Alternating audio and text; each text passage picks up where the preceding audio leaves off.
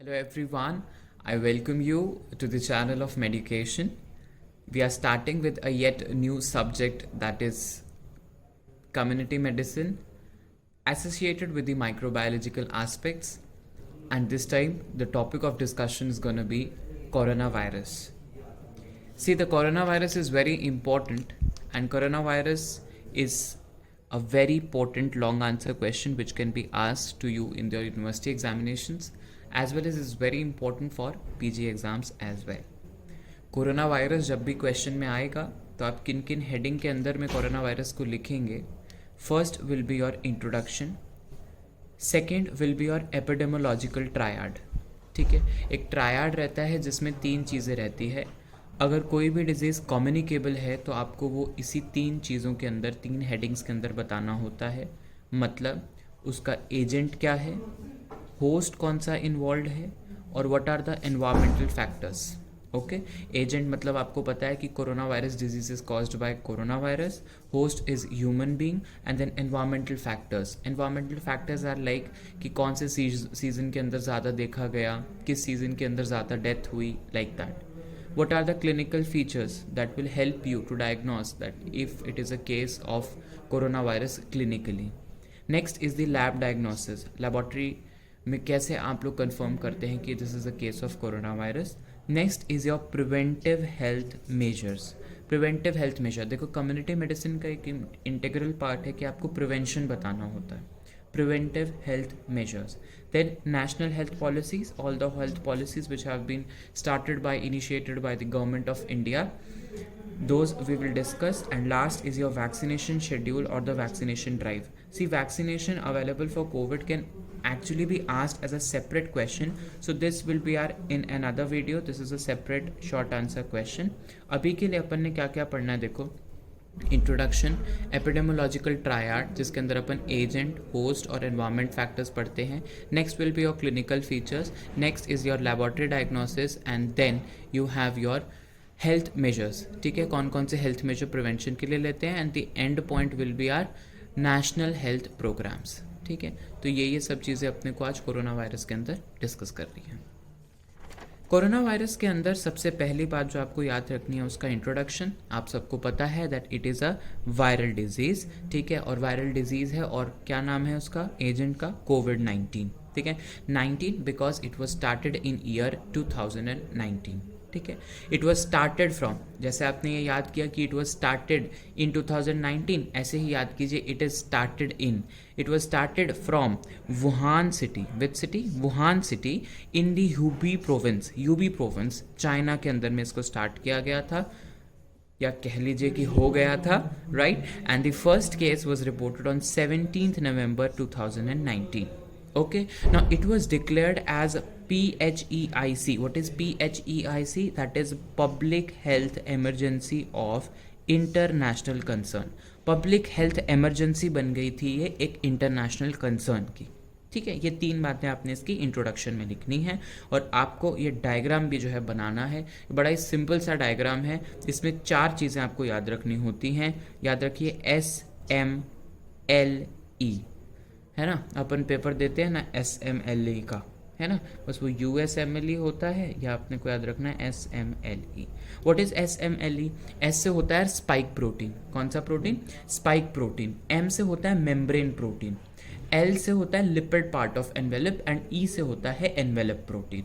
ठीक है, अब आप लोग को पता है कि स्पाइक प्रोटीन जो है that is most commonly involve in causing the pathogenicity, but उसके लिए भी आपको इतना लोड लेना, लोड इस बात पे लेना है कि lipid part of the envelope is destroyed with alcohol and soap. ठीक है, लिपिड पार्ट जो होता है अल्कोहल और सोप से जो है डिस्ट्रॉय हो जाता है, इसीलिए कहते हैं ना कि फ्रीक्वेंटली आप क्या करते रहिए, हैंड वॉशिंग करते रहिए, right.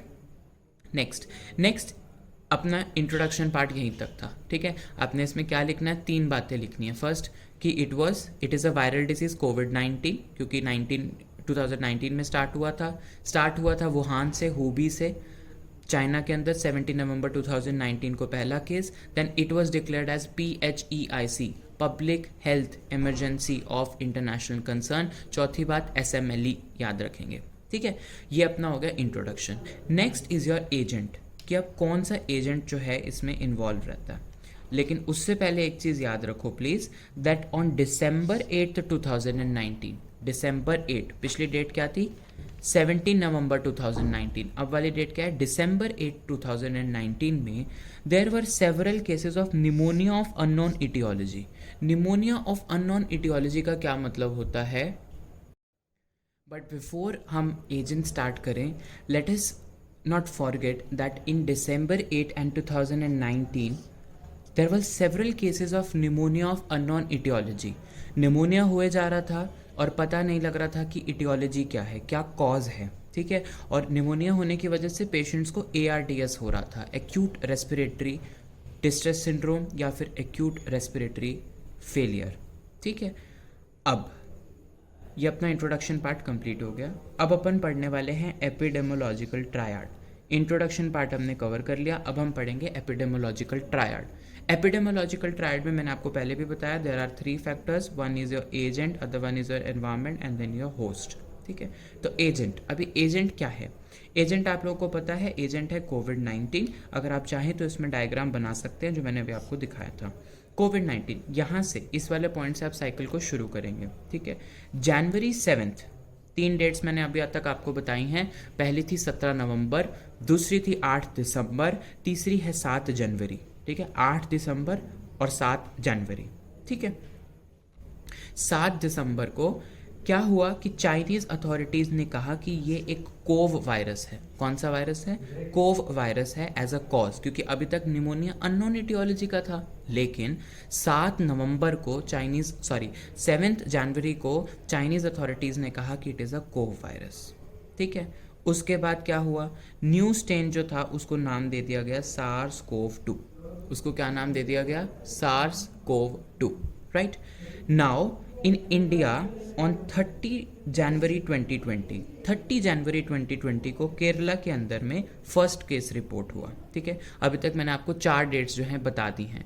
The first date was your 17 November 2019, then was your 8 December, then 7 January and 30 January, ठीक है। 30 जनवरी को पहला केस रिपोर्ट हुआ, ठीक है। अब जनवरी के बाद अगला महीना क्या आता है? फरवरी, और फरवरी के बाद क्या आता है? मार्च, ठीक है। काउंटिंग याद रखो 11 एंड देन 12।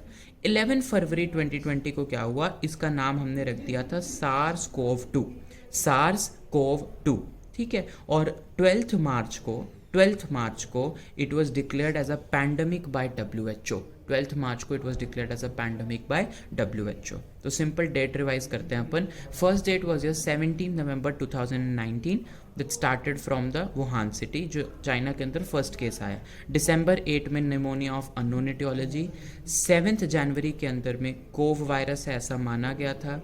30 जनवरी में इंडिया का केस, 11 फरवरी के अंदर में आपने SARS-CoV-2 का नाम दिया, एंड 12th मार्च के अंदर में आपने इसको कह दिया it is a pandemic that was by WHO, right. So ये अपन ने एजेंट फैक्टर के बारे में इन ब्रीफ जो है डिस्कस किया, ठीक है। अब ये एजेंट का वायरुलेंस कितना है वो हम लोग देखते हैं with a small data. Agent का वायरुलेंस कितना है? वायरुलेंस ऑफ एजेंट की अगर हम लोग बात करें तो just remember that as far as your October 2021 is concerned, India के अंदर there were 3.4 crore cases which were confirmed active cases 3.4, recovery 3.3 crore and death rate या डेथ्स कितनी हुई हैं 4,50,000 इन इंडिया की हम लोग बात कर रहे हैं, राइट। महाराष्ट्र के अंदर particularly there were 65 lakh confirmed cases, 64 lakh were recovered, and the amount of death occurred was 1,40,000. Now, typically going into the agent का microbiology, SARS-CoV-2 virus जो होता है that is a single stranded RNA virus which is enveloped virus and with a icosahedral symmetry. Okay, single stranded RNA virus, enveloped virus and with the icosahedral symmetry. If you remember, जब हमने ये diagram discuss किया था तो ये इसके अंदर जो ये बना रखा है this is a single standard RNA, okay. So I told you single standard RNA virus envelope होता है एंड इकोसाहेड्रल सिमेट्री होती है। जनरली जो कोरोना वायरिडी फैमिली है, Coronaviridae. It is not a new family, it is a very old family. Coronaviridae के अंदर में there are alpha, beta, gamma, delta viruses. और अल्फ़ा बीटा जो होते हैं वो ह्यूमन को इन्फेक्ट करते हैं and gamma delta are birds infecting. Okay, now just try and just remember that alpha के अंदर में दो स्ट्रेन रहते हैं, E N L, and beta में रहते हैं ओसी एंड हक्कू. आज से पहले तक इतने थे, लेकिन अब बीटा के अंदर में SARS-CoV-2 भी आ गया है. ओके, समझ में आ गया? तो ई एन एल ओ सी Hakku.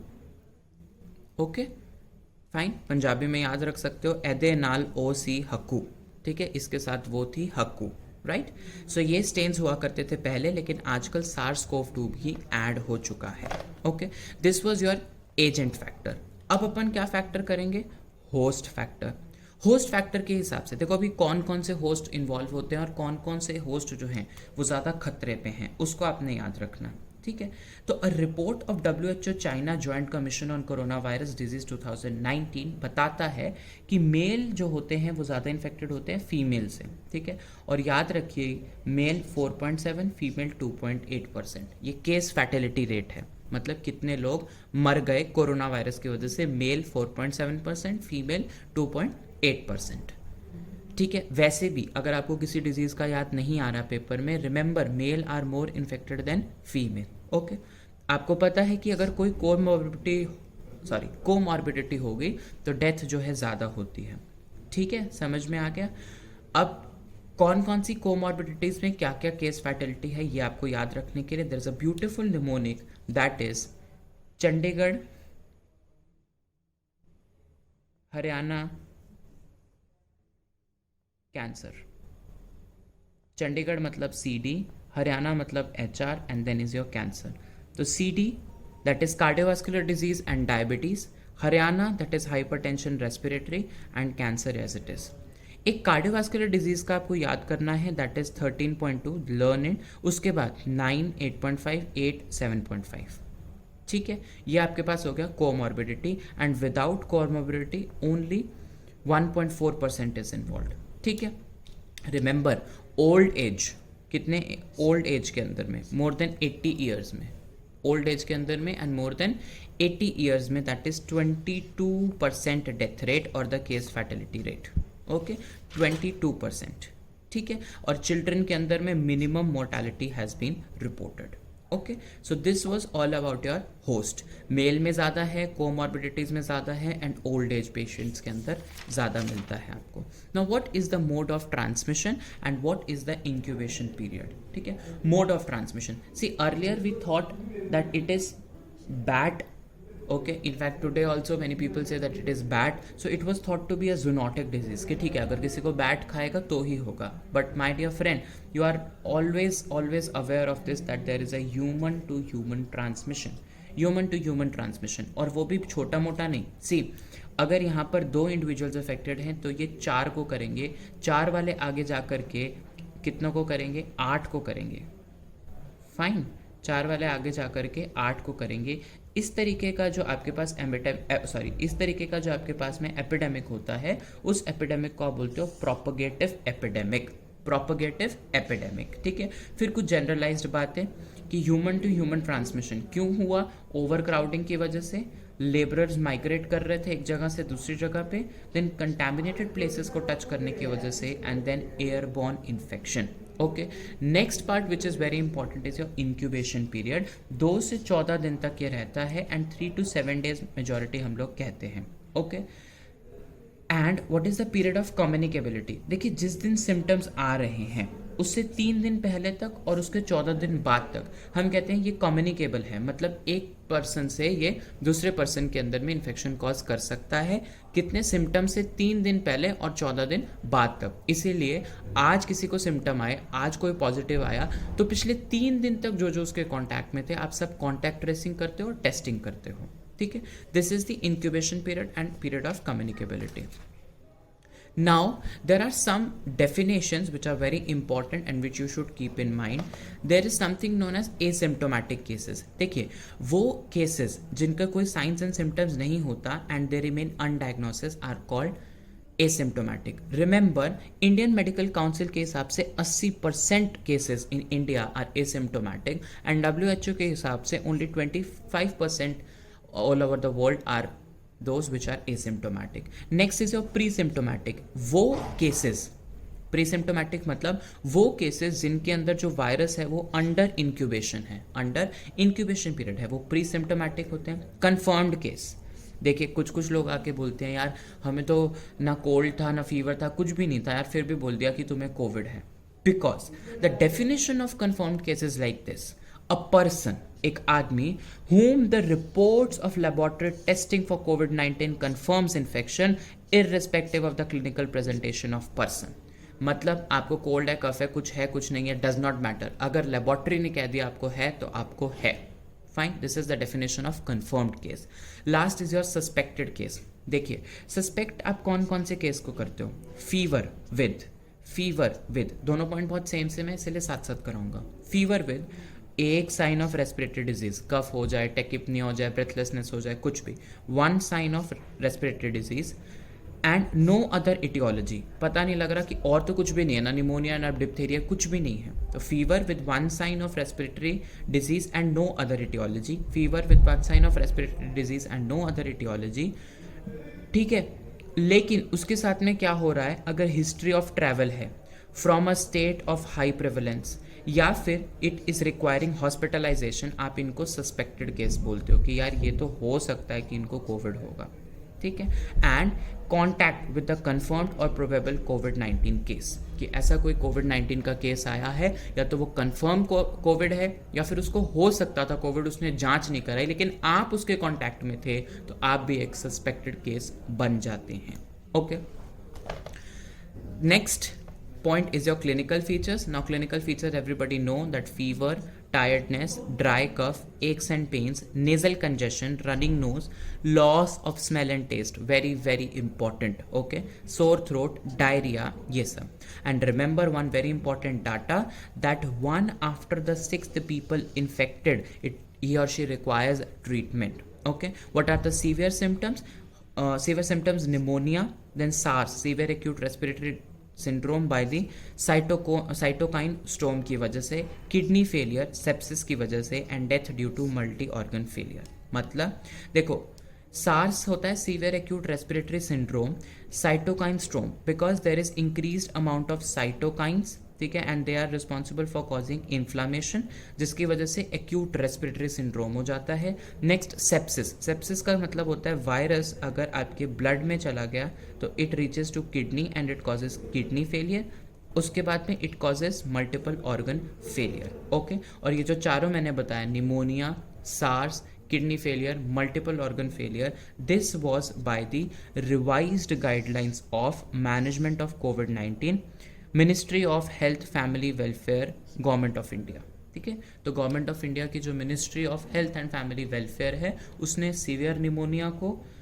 Severe acute respiratory syndrome को, किडनी फेलियर को एंड मल्टी ऑर्गन फेलियर को इनके सीवियर सिम्टम्स बताए हैं। लेबोरेटरी डायग्नोसिस, देखिए लेबोरेटरी डायग्नोसिस में सबको पता है RT-PCR, फुल फॉर्म याद रखेंगे, real time reverse transcription polymerase chain reaction, ठीक है। इसमें नेजल स्वैब, थ्रोट स्वैब लेते हैं और ये क्या डिटेक्ट करता है? RNA, because obviously reverse transcription किसका होता है? RNA का होता है, ठीक है। और 3 घंटे के अंदर रिपोर्ट आती है। पहले की इसके रेट्स 1900 से लेकर के 2500 रुपए के आसपास थे। Next is rapid antibody detection. अब एंटीबॉडी क्यों देते हो? देखो क्यों देखते हो? अगर किसी के अंदर IgM ज़्यादा है तो आप कहते हो ये अभी अभी इन्फेक्शन हुआ है, किसी के अंदर IgG ज़्यादा है तो इसका क्या मतलब है कि उसको इन्फेक्शन होकर के बहुत ज़्यादा टाइम हो रखा है। Please remember the indicator of herd immunity, कि इम्यूनिटी आई या इम्यूनिटी नहीं आई वो आप लोग एंटीबॉडी टेस्ट करके ही देखते हैं, ठीक है। आप क्या देखते हैं? एंटीबॉडी टेस्ट करते हैं, थोड़े बहुत पेशेंट्स लेते हैं, उनका सिरम ले लेते हैं और उसमें देखते हैं एंटीबॉडी कितनी है। अगर सबके अंदर अच्छी खासी एंटीबॉडी, आप कहते हैं हर्ड इम्यूनिटी। हर्ड इम्यूनिटी मतलब एक लार्ज अमाउंट ऑफ पॉपुलेशन के अंदर इम्यूनिटी आ चुकी है, okay, next is your rapid antigen test, पता है नेजल स्वैब या थ्रोट स्वैब एंड 30 मिनट्स के अंदर, एंड ट्रू नैट टेस्ट करते हो। देखो जो आरटीपीसीआर में किया था ट्रू नैट में सेम होता है, बस इसके अंदर एक चिप बेस्ड होता है and it is portable. Portable मतलब कि एक जगह से लेकर के आप इसको दूसरी जगह तक लेकर के जा सकते हो, ठीक है। And last but not the least, you just remember revised Truenat guidelines के हिसाब से, रिवाइज्ड ट्रूनैट गाइडलाइंस के हिसाब से आपको ट्रूनैट में चेक क्या करना होता है, E gene and RDRP gene, E gene and RTRP gene, ठीक है। ये कितना है उसके हिसाब से आपको पता लगता है। Okay, there is something known as cycle threshold. Okay, there is something called cycle threshold. Cycle threshold का ये मतलब होता है कि amount of cycles run to detect gene और वायरल पार्टिकल्स, ठीक है। मतलब कितनी बार आपको सेंट्रीफ्यूग करना पड़ा ये देखने के लिए कि उसके अंदर कोई आरएनए है या नहीं है, या उसके अंदर जीन है या नहीं है। अगर बहुत बार करने के बाद आपको दिखा कोई भी पार्टिकल, तो आप कहते हैं यार ये नेगेटिव है, इतनी बार सेंट्रीफ्यूग करने के बाद एक बार आ रहा है। ओके, सो साइकिल थ्रेशोल्ड जितना ज़्यादा इन्फेक्शन उतना ही कम। ओके, समझ में आ गया, ये चीज़ आपको याद रखनी है। प्रिवेंशन, अब प्रिवेंशन हम कैसे कर सकते हैं, 3 तरीके से। या तो हम जो एजेंट है उसको एलिमिनेट कर दें, ठीक है। अगर एजेंट एलिमिनेट नहीं हो पा रहा तो एटलीस्ट उसको एंटर मत होने दो होस्ट में। लास्ट में अगर वो होस्ट में भी एंटर कर गया तो डिफेंस मैकेनिज्म ऑफ होस्ट को आपने इंक्रीज करना है। अब हम एलिमिनेट कैसे करते हैं एजेंट्स को, ठीक है। Remember we are reading prevention, ठीक है। एलिमिनेट कैसे करते हैं, हम लोग गैदरिंग रोक सकते हैं, अननेसेसरीली ट्रैवल रोक सकते हैं, लॉकडाउन कर सकते हैं। There was a very important thing, epidemic act 1987। Epidemic act 1987 को अमेंडमेंट किया गया अप्रैल 22, 2020 के अंदर में, and then we call it as that it is a implemented act. Epidemic Act was implemented after amendment, और amendment हुई थी अप्रैल 2020 को। Okay, now you remember there was another act that is known as Disaster Management Act, जो कि 2005 के अंदर में पहले बार हम लोग ने यहाँ पे implement किया था under section 51 to 60 IPC Indian penal code, right. Otherwise what you can do, containment areas बनाइए, ठीक है। Aarogya Setu app was another very important initiative that was taken by government of India. Now you remember, case जल्दी से identify कीजिए, quarantine कीजिए, isolation कीजिए, these are also some more preventive measures.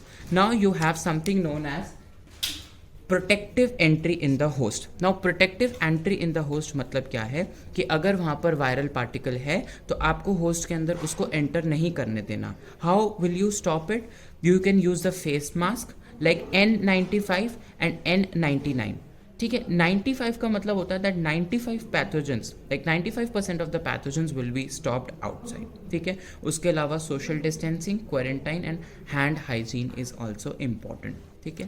Last में एक ये बहुत ही अच्छी ट्रिक है, that is Wuhan. W for wash your hands, use mask, H for have temperature check, A for avoid crowding, and N for never touch your face with contaminated hands. Okay, face को आप touch मत कीजिए अपने contaminated hands वगैरह से। And most importantly because we as a practitioner we should keep in mind that PPE, that is personal protective equipments, okay, gloves, long sleeved gowns and tested respirator या फिर N95 mask आपको लगाना चाहिए। Okay, also remember at the level of community there are some important responsibilities that we as practitioners are supposed to fulfill. health education फैलाना, ठीक है, medicines provide करना, vaccines देना, and then other preventions. okay, now please remember there are some measures जिससे हम लोग जिससे हम लोग होस्ट का जो डिफेंस मैकेनिज्म है उसको बूस्ट अप कर सकते हैं, like yoga, meditation and good sleep, ठीक है। Last is your patient care. Remember, adequate number of beds, ventilators, the sample collection for testing.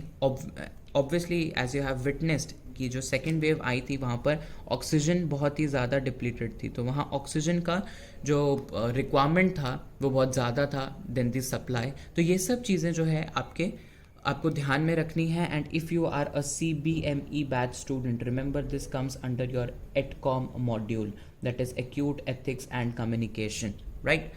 Patient should not be stigmatised, very important, patient जो है वो stigmatise नहीं होना चाहिए। And then fluid therapy and oxygen support जो है आप दे सकते हैं, ठीक है।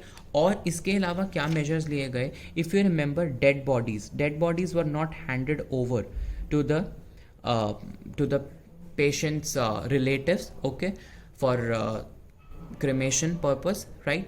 उसके अलावा there was something known as मन की बात was also an initiative that used to give motivation to the workers out there, okay. And 5th May 2020, at 5th May 2020 there was a rain of flowers, rain of florets, which was to motivate the healthcare practitioners. And on 22 April 2021 there was something known as Thali Bajao Corona Hatao, right. So these are all the things which were there in order to provide the social support, okay. And now what are the treatments? See, there was only one hydroxychloroquine which was being given earlier, ठीक है, but that was also later on discarded by World Health Organization.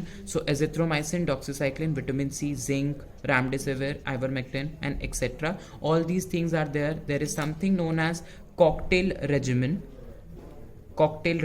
for which I have a beautiful video on my channel. I'll share the link to you, okay, in the description box.